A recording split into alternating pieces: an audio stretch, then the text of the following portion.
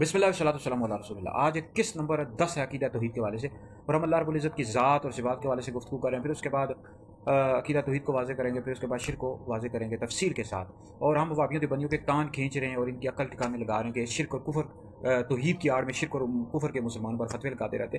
تو اس حوالے سے کل یہ بحث ہوئی تھی کہ دنیا کی زندگی میں اللہ رب العزت کا دیدار جاگتی آنکھوں کے ساتھ، نبی کریم علیہ السلام کے ساتھ خاص اس حوالے سے ہم نے تفصیل کے ساتھ گفتگو کر دی ہے پچھلی ویڈیو میں۔ آج ہم اس حوالے سے گفتگو کریں گے شب معراج نبی کریم علیہ السلام نے اللہ رب العزت کا دیدار کیا جاگتی ہوئی سر کی آنکھوں کے ساتھ۔ آج ہم اس حوالے سے گفتگو کریں گے کہ خواب میں انبیاء علیہ السلام اور اللہ کے جو نیک بندے ہوتے ہیں اولیاء، ان کو بھی خواب میں اللہ رب العزت کی زیارت ہوئی ہے۔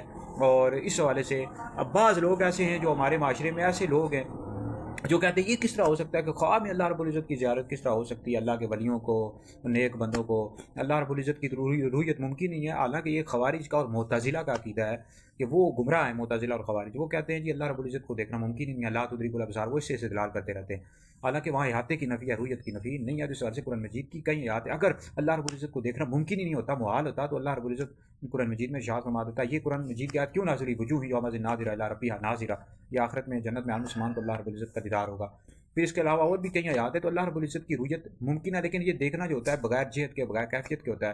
اور باقی یہ ہے کہ یہ معتزلہ کا عقیدہ ہے کہ وہ اللہ رب العزت کو دیکھنے کی نفی کرتے ہیں۔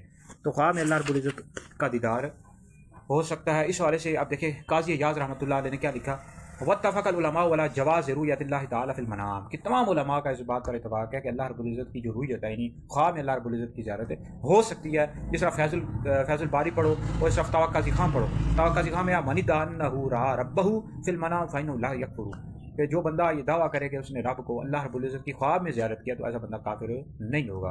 ہاں البتہ اگر کوئی یہ دعویٰ کر دیتا ہے کہ اس نے جاگتی ہوئی آنکھوں کے ساتھ حالت بیداری میں اللہ کی زیارت کی، تو ایسا بندہ دائرہ اسلام سے خارج ہے، کیونکہ حضور کا خاصہ ہے۔ تو باقی یہ خواب میں ہو سکتی ہے، بھائی ایسا بندہ دائرہ اسلام سے خارج نہیں ہوگا۔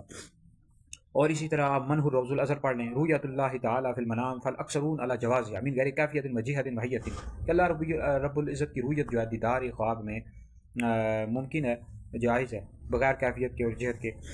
اب اسی طرح آپ دیکھ لیں کہ المنتقد میں جمہور علماء کے نزدیک دنیا میں خواب میں دیدار الہی ممکن ہے، یہ محال نہیں ہے۔ اس کو جو محال کہتے ہیں نا، معتزلہ کہتے ہیں۔ آج شیخ عبدالحق معتزلی رحمۃ اللہ علیہ کہتے ہیں، شیعۃ الامات پڑھو، جلد نمبر 4 پڑھو، کہ دنیا میں خواب میں دیدار الہی ہو سکتا ہے، بلکہ ہوا بھی ہے۔ امام اعظم ابو حنیفہ رحمۃ اللہ علیہ اس سے مشرف ہوئے ہیں، کئی بار مشرف ہوئے۔ اچھا ملا علی قاری نے لکھا امام ترمذی، حکیم ترمذی کے بارے میں، کہ وہ اللہ رب العزت خواب میں دیدار الہی سے مشرف ہوئے، منہ روض الازہر پڑھ لو۔ اور اسی طرح امام احمد بن حنبل خود کہتے ہیں کہ میں اللہ رب العزت کے دیدار سے مشرف ہوا۔ میں نے عرض کی کہ اے رب، تیرے نزدیک کون سا عمل افضل ہے جس کے ذریعے مقربین تیرا قرب حاصل کرتے ہیں؟ تو ارشاد فرمایا احمد وہ میرا کلام قرآن پاک ہے۔ تو عرض کی کہ اسے سمجھ کر پڑھیں یا بغیر سمجھ کے؟ ارشاد فرمایا کہ سمجھ کر پڑھے یا بغیر سمجھے پڑھے، احیاء العلوم پڑھ لو۔ تو بھائی خواب میں دیدار الہی ممکن ہے، اور اللہ کے نیک بندوں اولیاء کو ہوتا ہے، اور انبیاء علیہ السلام کے لیے بھی حاصل ہے۔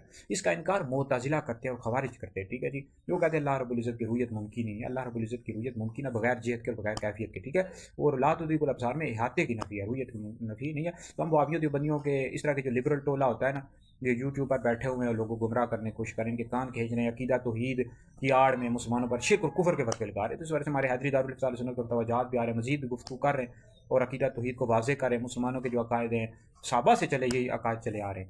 اہل سنت ہی جنتی جماعت ہے، یہی دنیا میں سب سے زیادہ ہے، ٹھیک ہے۔ باقی یہ وہابی ہو گئے، دیوبندی ہو گئے، رافضی، یہ فرقے اور مسلمانوں سے، اہل سنت سے جدا ہوئے ہیں، سنیوں سے جدا ہوئے ہیں۔